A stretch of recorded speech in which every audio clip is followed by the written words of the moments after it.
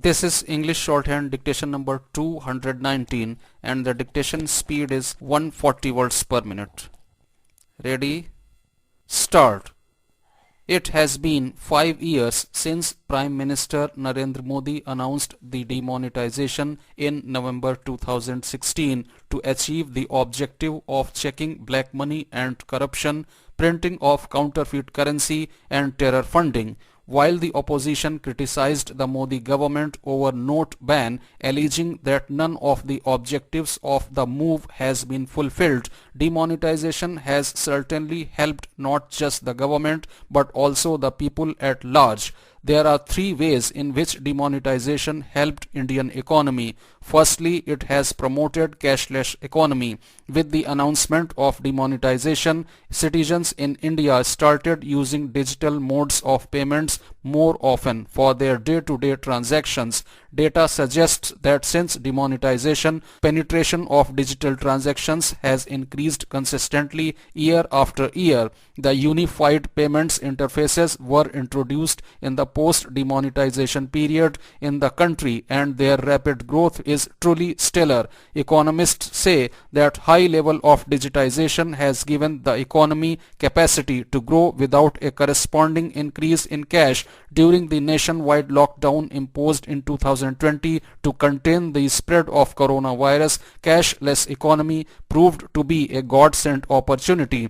During that period, people mostly ordered essentials online and made payments through online banking, debit or credit card, or through unified payments interface. If these means had not existed during the lockdown, people would have been forced to step out of house and would have risked contracting the disease. Out of the four key objectives of demonetization, India appears to have done well on three. Other than the rise in digital transactions, there has been a drop in fake currencies. There are also indications that the Indian economy is getting more formalized. One prominent economist of the country mentioned in a note that there are indicators that the informal economy has shrunk to 20% of GDP from 50% a few years ago. This is comparable to Europe and is much better than Latin American countries. According to experts, measures like demonetization and GST have helped the Indian economy in getting formalized. In the longer term, this will help in boosting India's tax revenues. Questions have arisen as to what has happened to old notes after demonetization. According to the information, the Reserve Bank of India does not recycle old notes. The specialty of old notes is that they do not completely dissolve in water nor leave color. In such cases, they can be used to make other paper item. The disruption that the demonetization of high-value currency notes caused to people's lives and livelihoods and the Indian economy is still fresh in many people's memories. The direct impact on the informal economy that largely operated in cash and the consequent ripple effects across everyone connected with it directly or indirectly was widely reported at the time. Over the years since high denomination cash was made to suddenly disappear, it has come back at higher levels than before. In the face of this reversal, it becomes important to evaluate the long-term trajectory that the economy has taken post-demonetization. The return of cash makes improbable any claims of positive effects through the strong formalization of the Indian economy. The negative outcomes, however, may not have been erased by the increased cash intensity of the economy. The economy does not work like an elastic rubber band where once the stress is released, it comes back to the pre-stress configuration. Negative events tend to have long-term effects. Small firms that close because of a lack of demand do not reopen automatically once demand comes back. When people are unable to repay loans, taking a loan again, especially from informal sources, is not as easy. Hence, one can expect that there would be some longer-term negative effects of the shock that was demonetization, unless subsequent economic policy served to help those who were affected and alleviate these effects.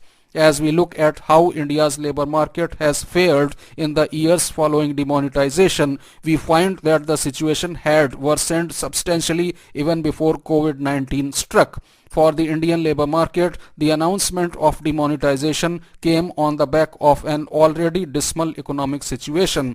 According to a survey from May to September 2016, a few months before the announcement of demonetization, overall employment rate was approximately 43%. This rate refers to the number of individuals employed as a proportion of the population of working age people. Between January and April of 2017, only a few months after the announcement of demonetization, employment rates had fallen to 42%. Although this 1 percentage point fall does not seem like a significant effect when seen in terms of absolute number of the workforce, this adds up to a loss of 95 lakh jobs during this 4-month period. To put this in context, this number is comparable to the entire population of a city such as Hyderabad. Along with the small but significant reduction in employment rate, demonetization was also followed by a steep fall in the labor force participation rate, which is the share of people working, looking for work, or willing to work as a share of the working age population. The labor force participation rate dropped from around 50% before demonetization to around 45% in the months immediately after it, translating to about 4.77 crore people withdrawing from the labor force. A part of this reduction can be explained by the decline in the employment rate, but a large part of it came from people who were willing to work before but were not looking for work after that. Those people who do not have work but are willing to work are termed unemployed, and their share of the labor force is termed the unemployment rate, which in this case declined. While a declining unemployment rate is typically interpreted as a positive development, in this context the declining unemployment is not because those looking for jobs found them, but because they stopped looking. In fact, the fall in unemployment after demonetization can be attributed largely to a fall in the unemployment rates among young and less educated workers. It is likely that such workers, recognizing their bleak chances in the labor market, stopped seeking employment. Post-demonetization, the employment rate has kept declining, going below 40% in 2019. According to United Nations population estimates mentioned earlier, the working age population of India increased by 32 million between 2017 and 2019. Hence, just to maintain the employment rate of 42%, the economy would need to create around 13 million new jobs in these 2 years.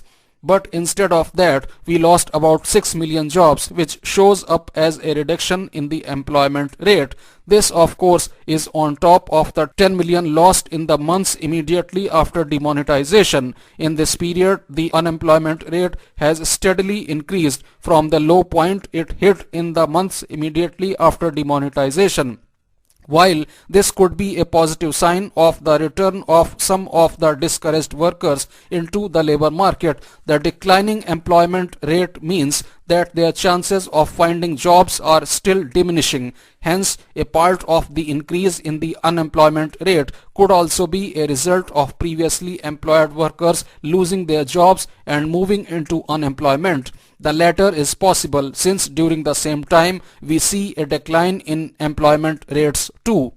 Notably, these trends are also seen in the official labor surveys carried out by the Government of India's Employment and Unemployment Surveys conducted by the Labour Bureau. One can see about a 3 percentage point fall in the employment rate and a significant increase in the unemployment rate.